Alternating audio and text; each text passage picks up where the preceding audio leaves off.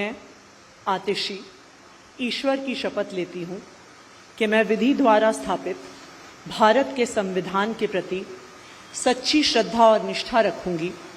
मैं भारत की प्रभुता और अखंडता अक्षुण्ण रखूंगी।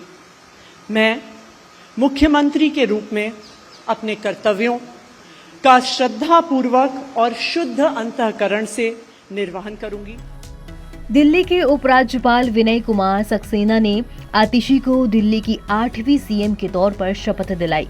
आतिशी के साथ ही उनकी सरकार के 5 कैबिनेट मंत्रियों ने भी शपथ ली, जिसके बाद अब आतिशी कैबिनेट में विभागों का भी बंटवारा हो गया। आतिशी ने सबसे ज्यादा विभागों को अपने पास ही रखा है।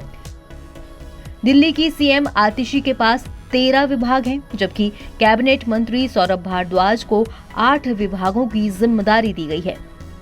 वहीं गोपाल राय को 3 और कैलाश गहलोत को 5 और इमरान हुसैन को 2 विभाग दिए गए हैं। इसके साथ ही दिल्ली सरकार के 5वें कैबिनेट मंत्री मुकेश अहलावत को 5 विभाग दिए गए हैं। आतिशी ने खास तौर पर बिजली, शिक्षा, उच्च शिक्षा, राजस्व, वित्त, योजना, सेवाएं, सतर्कता, कानून, न्याय और विधायी कार्य जैसे प्रमुख विभागों को अपने पास रखा है। वहीं सौरभ भारद्वाज को शहरी विकास, सिंचाई और बाढ़ नियंत्रण, स्वास्थ्य, उद्योग, कला, संस्कृति, भाषा, पर्यटन, समाज कल्याण और सहकारिता जैसे विभाग दिए गए हैं। गोपाल राय की बात करें तो उन्हें विकास, सामान्य प्रशासन विभाग, पर्यावरण, वन और वन्य जीवन जैसा विभाग दिया गया है।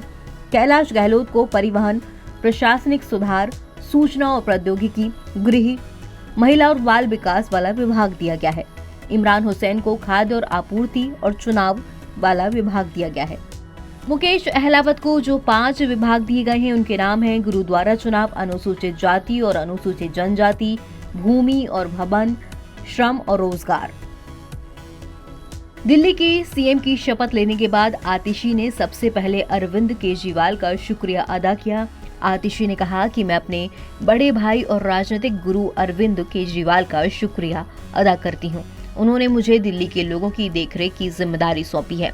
अरविंद केजरीवाल ने राजनीति में नैतिकता और ईमानदारी की मिसाल पेश की है। उन्होंने कहा कि उनके लिए अदालत का फैसला काफी नहीं है। वो तब तक मुख्यमंत्री की कुर्सी पर नहीं बैठेंगी जब तक जनता की अदालत का फैसला नहीं आ जाता। आतिशी ने आगे कहा कि फरवरी में चुनाव है। अगर दिल्ली की 2 करोड़ जनता ने अरविंद केजरीवाल को अपना मुख्यमंत्री नहीं चुना तो बीजेपी उनकी मुफ्त बिजली बंद कर देगी, मुफ्त इलाज और महिलाओं का मुफ्त बस सफर बंद कर देगी। अब विधानसभा चुनावों तक मेरा यही काम रहेगा कि बीजेपी की साजिशों और उनके एलजी साहब की वजह से जो काम रुके हैं उन्हें पूरा कराया जाए। बीजेपी और उनके एलजी साहब ने दिल्ली वालों को परेशान किया, लेकिन अब अरविंद केजरीवाल बाहर आ गए हैं।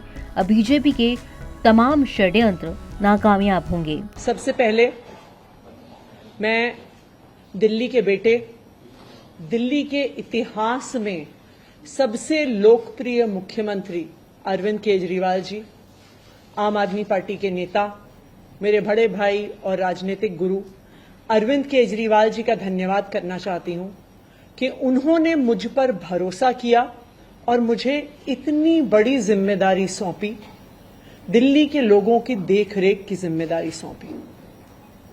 लेकिन आज मैंने मुख्यमंत्री के तौर पे शपथ ग्रहण जरूर किया है, लेकिन ये मेरे लिए, हम सबके लिए एक बहुत भावुक क्षण है जब अरविंद केजरीवाल जी दिल्ली के मुख्यमंत्री नहीं हैं।